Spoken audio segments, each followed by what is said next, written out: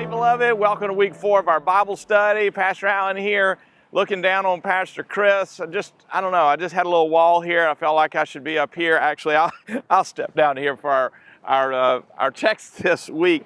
Is this incredible scene in the early church. It's amazing that as soon as the Spirit has come, as soon as the church of Jesus Christ is born, this is the description of it. Acts chapter 2, verse 42. And they devoted themselves to the apostles' teaching and the fellowship, to the breaking of bread and the prayers. And all came upon every soul, and many wonders and signs were being done through the apostles. I mean, signs and wonders just as people are meeting together in their homes, just in the fellowship. Verse 44, all who believed were together and had all things in common, and they were selling their possessions and belongings and distributing the proceeds to all as any had need. And day by day, attending the temple together and breaking bread in their homes, they received their food with glad and generous hearts, praising God and having favor with all the people. And the Lord added to their number day by day those who were being saved. That's the scene of the early church. They're spontaneously, without thought, beginning to just meet with one another because they didn't have to be taught this, but it is a greater blessing to befriend someone than to be befriended. To be a friend than to be befriended. That's a lot of B's, but that's the lesson this week. You know, one of the things you've been talking about with us as a church a lot over the last several years is this epidemic of loneliness. That so many people in our culture live their lives by themselves. And so I wonder if you could just a few moments in our community groups this week reflect on why that's a problem and how the gospel and gospel fellowship really is the solution to this epidemic. I chuckled when I saw some time ago, many years ago, the famous psychologist Alfred Adler had a patient who came and said, she was needed more friends. She was very lonely. And he said, okay, here's what I want you to do. For 14 days, I want you to go and do something kind for somebody. And he said, it's going to solve your loneliness. And she said, why would I go do something kind for anybody? Nobody's doing anything kind for me. Right. And he famously said, okay, maybe it'll take 21 days. But I think that's the principle behind this, is we're in a culture that so celebrates how many likes you have or friends you have on social media, and yet in reality, our culture, we've never been lonelier. Some of the statistics and science behind this, a CBS article some years ago said the American Sociological Review may have just published the social health equivalent of the 1964 Surgeon General's report that declared smoking causes cancer. This is taken directly from their report. The unpleasant but long expected discovery in this case is that social isolation in America has grown dramatically in the past 20 years. And here's the bottom line. The number of people who have someone to talk to about matters that are important to them has declined dramatically. We've gone from a quarter of the American population being isolated to almost half of the population falls into that category. This is almost half of the American population doesn't have somebody to talk to.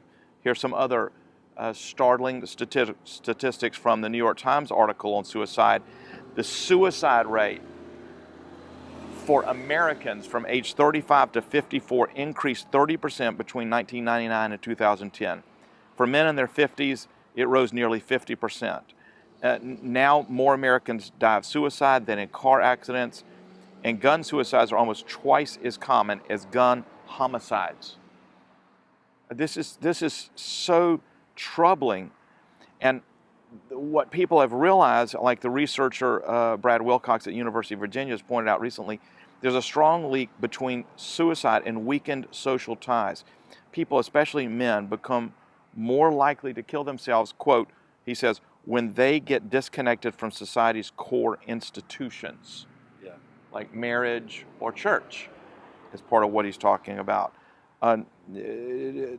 People who are lonely, the studies show, are more likely, just in general, to die earlier. It's actually been linked to heart disease. I mean, the statistics, Chris, go on and on about how lonely America is, and just at least even a secular psychologists, sociologists, and scientists are recognizing that this epidemic, it causes us emotional and physical harm. But this is not news. God in the very beginning said it's not good for man to be alone. He made us so that we are designed to live in community. The old cliche is true. We are better together.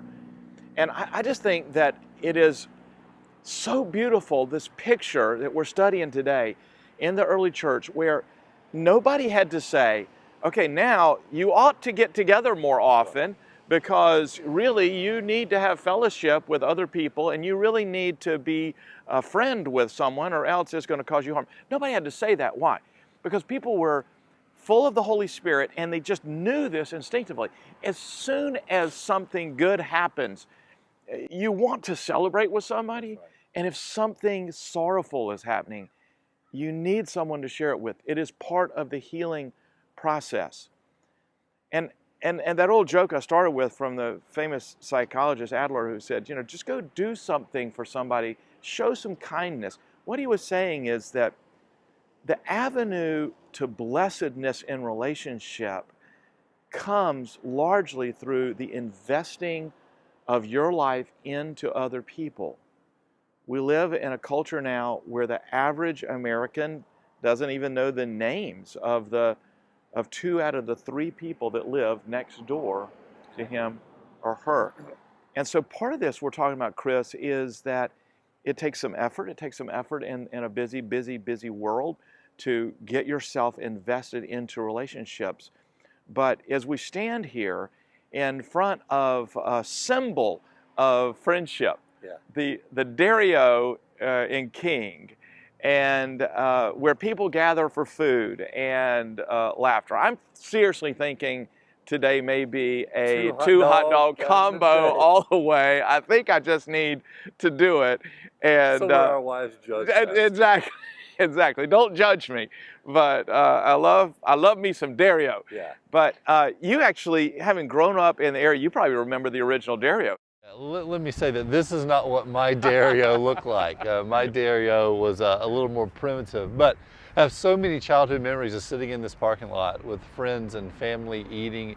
Alan, one of the things that's really interesting as a church is that one of our values is that we gather on Sunday morning to worship and to connect, but then we scatter into the neighborhoods where we live to invite people into our homes and into our community groups to learn about us and to learn about Jesus. And one of the things I'm very excited about this campaign, about planting campuses, unique campuses in unique cities, is that in the end, most people, if they knew you and they trusted you and you invited them to come to church, they would say yes. I mean, every Christmas Eve we say, hey, listen, if you'll just invite the people that you're doing life with to come to church, they'll come, because most people in our region have a sense that church should be a part of their story, but no one's invited them into what God's doing in the church. And so we want to make sure that we have places in the communities around the regions so that you and I and our friends and everyone at Reynolda Church can say, hey, God's doing something really unique at Reynolda Church. Why don't you come? But remember, most people won't drive more than 10 miles to church. And the more urban the area gets, the smaller that number gets. I just read a number this week that in Los Angeles County, it's 3.2 miles. And so, surprising. I know, so we want to make sure that we have campuses all over our region so that people who are far from the story of God can come near to Him because of Jesus. And I think, Alan, that's one of the reasons we're so excited about going to these communities, is it gives an opportunity for our people who already live there to be a part of something unique in their own city where they can invite people who they love to come and be a part of it. There's no way to overemphasize the essential, powerful kind of not just joy, but healing and peace and fulfillment in life that comes through simply having friends. And it's a cliche, but in order to have a friend, you need to be a friend. Just notice in Acts chapter 2, as we're studying this week, how spontaneously they came together, began meeting in their homes.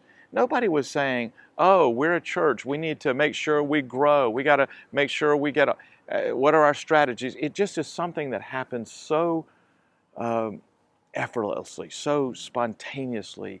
And I think this is so much of what we're seeing. And part of the multi-campus model is all we're saying is that it's not about us trying to get bigger, it's about us trying to let people be more connected where they live with other friends. It's an exciting study that I hope you enjoy this week. Oh boy, that was good. I tell you, I did my part on being a friend, bought Pastor Chris's lunch for him. Can't believe how much he ate.